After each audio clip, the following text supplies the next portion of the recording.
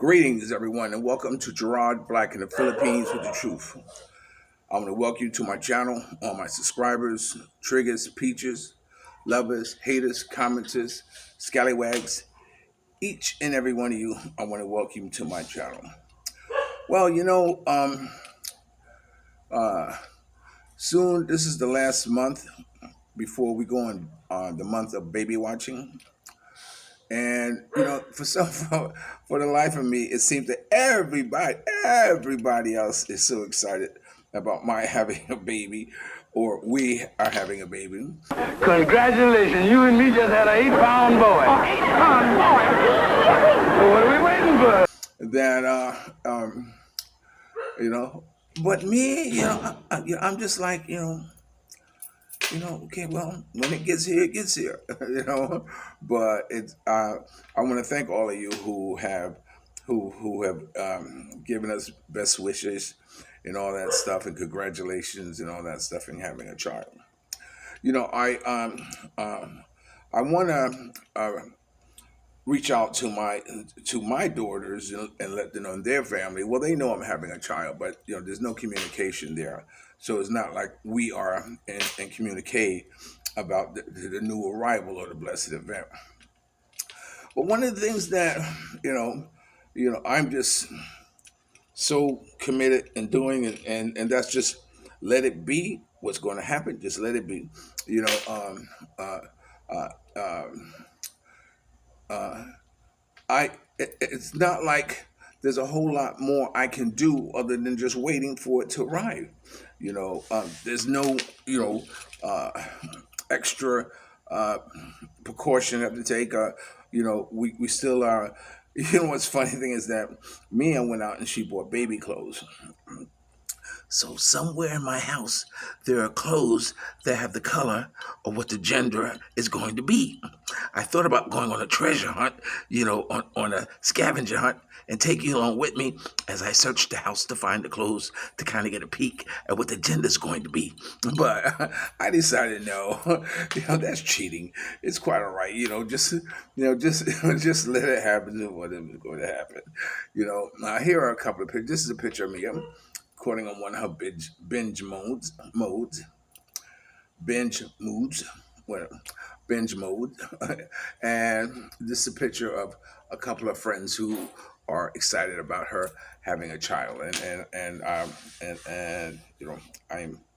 you know I'm happy. I really am happy and looking forward to having a child. I need to let you know that, you know, and I need to let you know that you're going to be watching Gerard Black in the Philippines with the truth and a baby.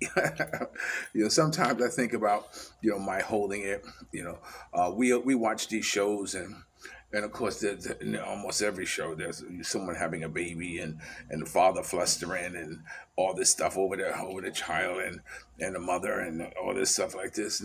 But here in the Philippines, it's not like that. It's not like that. Here in the Philippines, the father can't go into the maternity ward, or delivery room, and be that as it may. I know when I had my first child, Gianna, I went to all the Le Mans classes, I guess that's what they're called, where the father's in there and they go through, going through labor, helping her breathe and coaching her to do all this stuff, and so I went through all those, and when it came time to deliver, it turned out she was going to have a cesarean, and as a result, they said, "Did you take cesarean classes?" I said, "No." "Oh, well, you can't come in." I said, "What?" I said, "Well, you know what? That sucks." But it's quite all right. I was talking to someone, a friend of mine who had a baby, and but his child was born, 7 months, uh, uh, 2 months, 2.5 months premature. And so they were going to keep her in the hospital. Said, "Look, we want to keep her in the hospital for 2 or 3 weeks." And he said, "No." He said, "When I leave here, I'm taking my baby with me." He said, "I don't want y'all to switch my child." So he had this thing that they might switch babies. So he wanted to make sure that what came out he took home. So it's kind of funny that's what he did, But anyway, so then of course the cost, I'm doing good, saving money. I got a little stash. cash, and so I think we'll be okay there, which is totally, opposite of what I've been known to do is to save money. So, but I'm on this real strict type of thing with Mia. Her allowance. I didn't give her a whole allowance all at once. Which is 25,000. I didn't give it to her. I only gave her five. If it is on the 10th or 11th, I only gave her 5,000. And and I'm kind of watching see what she spends it on. And I haven't known her to go out and spend anything. And I asked her yesterday. She said, "I don't know what." I said, "What did you spend?" I didn't see see nothing. But now when she wants to go shopping, instead of having one of the drivers take her, I said I would take you because this late stage in the game, I want to be have extra precaution of anything happening on the scooters and all that stuff like this because accidents they can happen in the car, but I don't want anything to happen to her. While she's out in the road driving in the traffic. You saw the idea what the traffic was like yesterday in my other video.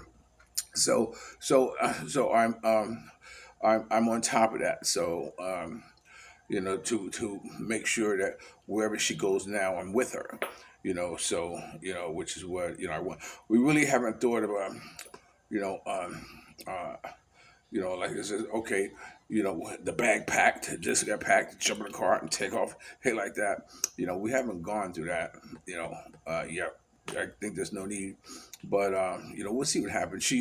Mia's feeling a lot better now. She used to have a lot of this horrible cough that I spoke to you guys about. Now it seems to have gone away. She's in a lot better mood now, which is good. Because we are back on our no 3 days pass without tapping that. Which is, and sometimes I feel a little bad about it, but hey, contract's a contract. Contract. What I'm saying? Sometimes I let it slide a couple of days outside that. But then, I'm starting to think about, okay, well, once the baby's done, I have to go back to jumping off. You know what I'm saying? I'm the master to jump off. So, because I don't want to. I'm not thinking about getting what do you call it? Um, when a male is, you know, snipped or whatever. I can't think of the word now. But hold on a second because this might be my daughter calling. So let me see. So I'll be right back. Oh, I got so excited that might have been um, my daughter calling because there's certain area codes that come in like 516, which is from New York, or 631, that I know, or 718.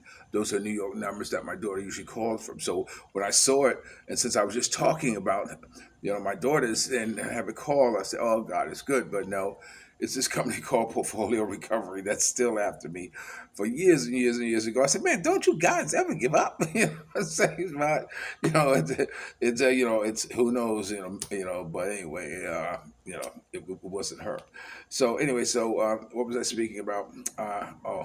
Um, about the baby and all that stuff. But anyway, so watching shows and all this stuff for how it's supposed to go and all that stuff, and it just doesn't happen. But anyway, let me tell you another story. Here in the Philippines, whenever you rent a place, it's like all over the world. I think you pay first, last, and a month security. And and there have been situations and times where I've lived in places that moving out was okay. My first I paid, my last I live off in the month security, where the homeowner or the landlord goes inside and looks at the apartment and subtracts from your security and gives you the balance. That's the normal way of how rental is supposed to take place. Here in the Philippines, it's not going to go down like that.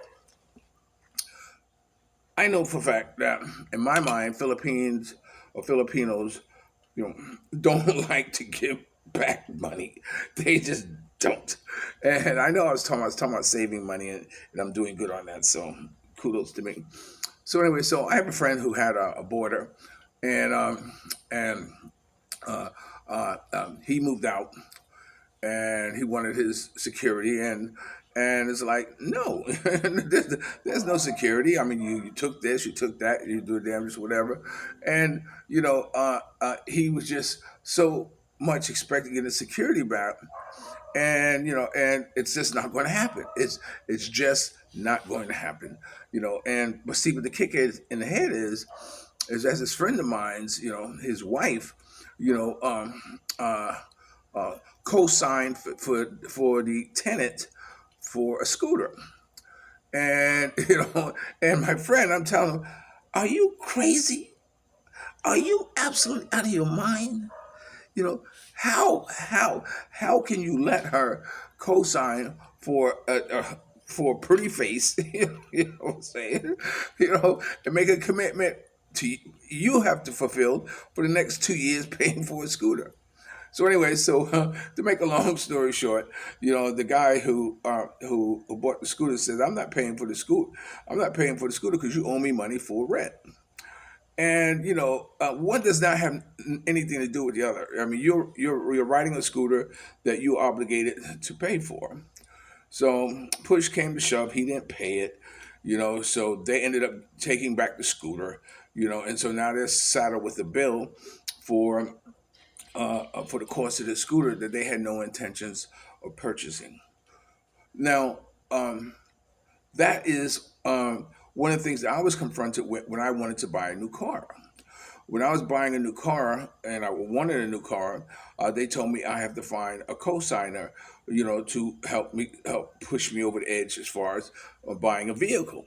And I know me personally, there is no one in this country that I would put that burden on them to pay for an automobile that I purchase if something happens to me. I mean, in all likelihood, in all good conscience, I could not do that. I could not ask somebody, say, "Yo, hey, I'm tight. You know me. Come on, man. But this is double OG. You know how I roll. I take care of business like this." And it's just something that you wouldn't do if you're in the states. If you want to do it, and people are like this. It's from here in a country where your people don't don't have that expendable cash or take on that are be willing to take on the responsibility of co-signing for you. It's insane. I know I just can't do it. I know that after the baby's born, and in June when uh, Geraldine comes back because she gets the car. She's overseas for 2 years, so her 2 year contract is up. So she'll be coming back in June. So by that time, I hope to have a new vehicle because I want to buy a new vehicle. I don't want no more used vehicles. I want a brand spanking new vehicle. And so I know that I'm probably going to be confronted with this question again, but I think because of my marital status now, and my long good standing with my bank, that I won't need a cosigner, and so that's I'm looking forward to doing, to not having a cosigner. Mia has looked at one of these big trucks. I said, I'm not driving one of those things. Yeah, I'm not driving one of these big trucks. For what? I mean, those most of the things you use to work. All shit. What am I gonna do? Drive a dog up there on the road with my dogs? No, no thanks. But anyway, so I'm going to sign off here. I just want to let you know that things are going good. The situation is always changing here in the Philippines, and I just want to say that uh, I thought about how happy am I really happy here in the Philippines, you know, and you know it's like a double edged sword, and meaning that um, I would love to to laugh more in my life. I know when I was in prison, I had this calendar that I always put these red dots by on days that I laughed till I cried. I still have that calendar. I hope one day I can get back to the States and I can show it to you. And you see a whole year of all the times I laughed till I cried, and I miss that. I miss that. But anyway, so am I happy here? Yeah, I'm happy if I must say that I don't have to worry about anything. You know, I'm happy because I am at peace here. I'm happy because what I do and what I don't do is my decision. You know, you know, I'm very comfortable here. You know, it comes at a cost. Like I say, I'm not, I'm not in the world no more. I miss being on stage. I miss being in the limelight. I miss being in the mix. I guess you might say. So in that sense, it is a little boring. It is a little, you know, uh, uh, boring. But outside of that, when I have my child, you know, then you know, uh, my unconditional love, you know,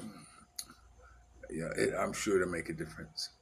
You know, but in the meantime, this is Gerard Black in the Philippines with the truth. Remember, dreams are nothing more than plans awaiting action. Never disrespect the elderly or fools one up. And sometimes you're the only one to see your vision. And the best revenge in life is to live good. I'm living good today. Hope you are too.